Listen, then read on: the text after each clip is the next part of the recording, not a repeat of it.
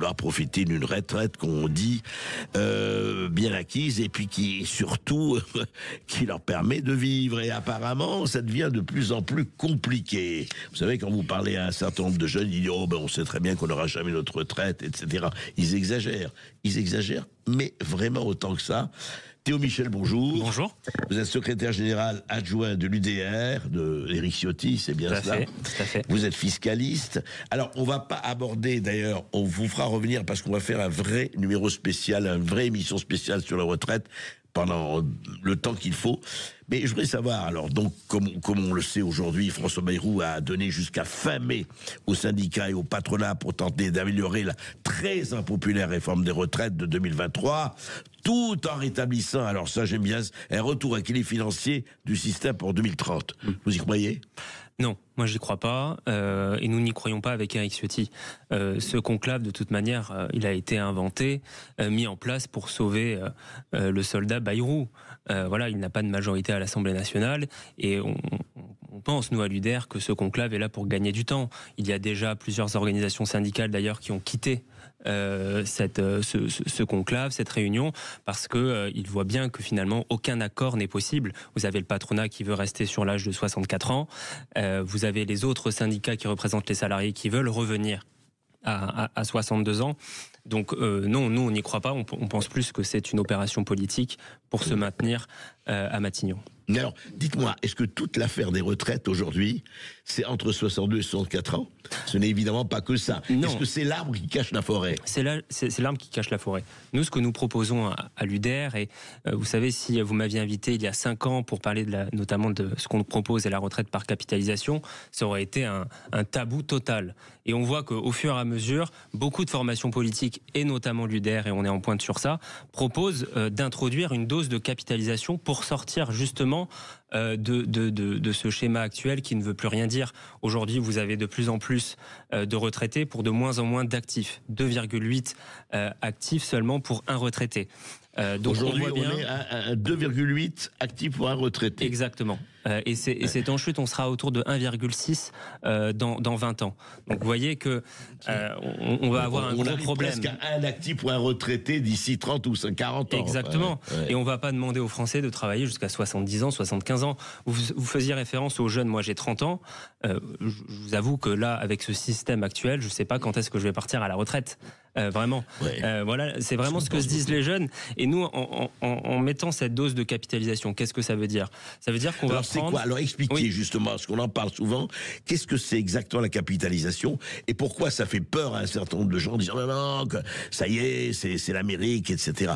C'est quoi la capitalisation, très simplement ? Très simplement, c'est que, par exemple, sur votre salaire brut actuellement, vous avez à peu près 28% de cotisations retraite qui vont au système général que l'on connaît.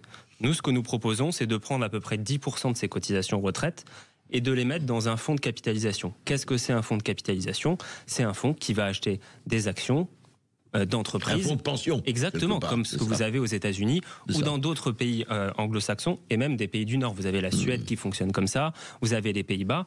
Et avec ces placements financiers, on s'est rendu compte que, en tout cas c'est le chiffrage de l'UDR et d'Éric Ciotti, vous avez un rendement autour de 5%. Le système actuel, c'est 0,3% de rendement. Donc on voit bien. Garantie de 5%. Alors, c'est quand même énorme, attention. Alors, c'est pas si important. Après, il faut voir en fonction des risques que chacun veut prendre en fonction. Mais donc prendre 10% de ces 28%. Exactement. Qui sont sur la fiche de paye, enfin, du salaire brut, c'est ça. Exactement. Ça permettrait, d'enrichir les retraités, comme je viens de le dire.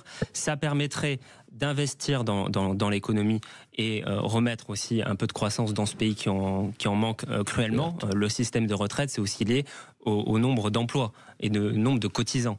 Donc ça permettrait de dynamiser l'économie française et ça permettrait de recréer une forme d'équilibre dans ce système. Il y a un rapport de la Cour des comptes qui vient de sortir. D'ici 2045, il y aura autour de 35 ou 40 milliards de déficit. C'est énorme. Sur les retraites. Sur les retraites. Uniquement sur les retraites. Uniquement sur les retraites. C'est la Cour des comptes qui vient de sortir un rapport.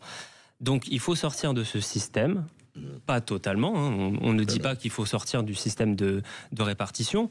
On dit simplement qu'il faut introduire une dose de capitalisation, comme ce qui est fait dans les pays du Nord. Et tous les économistes aujourd'hui s'accordent à dire que un bon système de retraite, c'est un système hybride.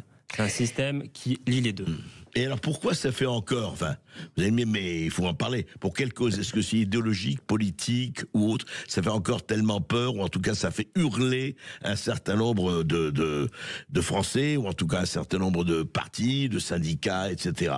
Dès qu'on parle même de capitalisation, alors qu'elle existe chez les fonctionnaires, non? Bien sûr, bien sûr. Il y a déjà des systèmes pour certains métiers où ça existe. Moi, je pense que on est un pays, en tout cas notre classe politique depuis des années, est une classe politique qui défend plus l'État et a une vision un peu socialiste, on va pas se mentir, de l'économie, alors que, vous savez, il y a beaucoup de Français qui ont un PEA, qui ont un compte titre, etc.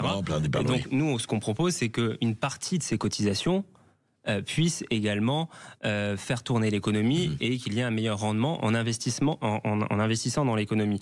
Alors certes, c'est peut-être un peu tabou pour la classe politique, pour la CGT, n'en parlons pas, bien sûr.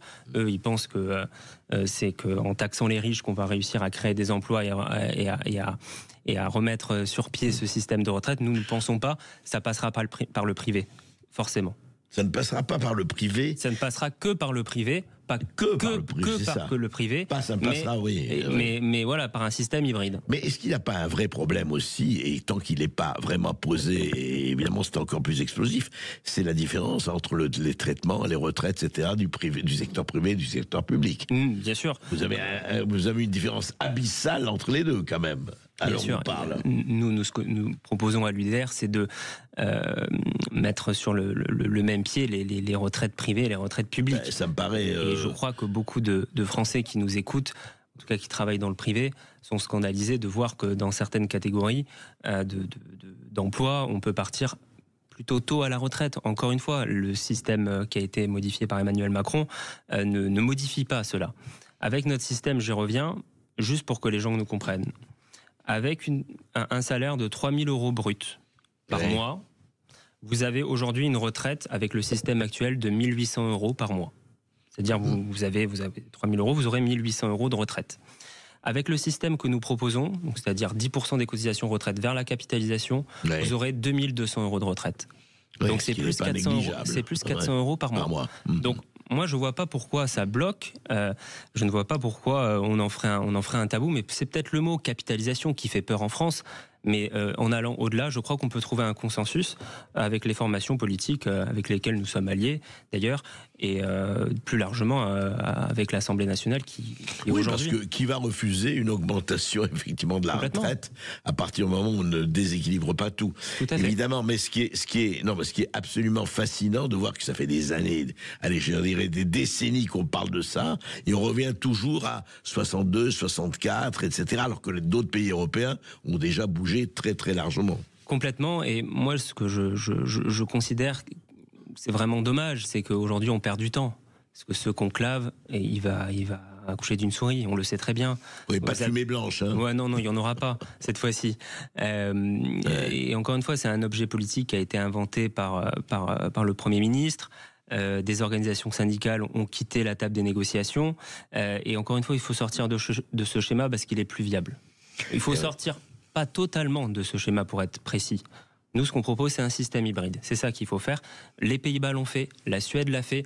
Les États-Unis, c'est pas le même système. C'est 100% capitalisation pour le coup. Vous êtes bien placé pour le savoir puisque vous êtes un expert des États-Unis.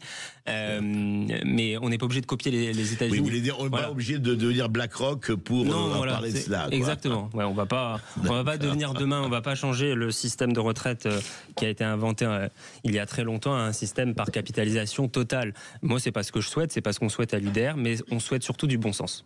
On souhaite, écoutez, moi je vous souhaite en tout cas que vous en parliez, que ce soit sur la table et qu'on arrête de dire, parce que effectivement des gens de votre âge, et j'en connais beaucoup, dans des amis, qui me disent oh ben on sait qu'on ne touchera à rien. Eh ben non, on espère qu'on touchera quelque chose en tout cas. Merci Théo Michel. Merci.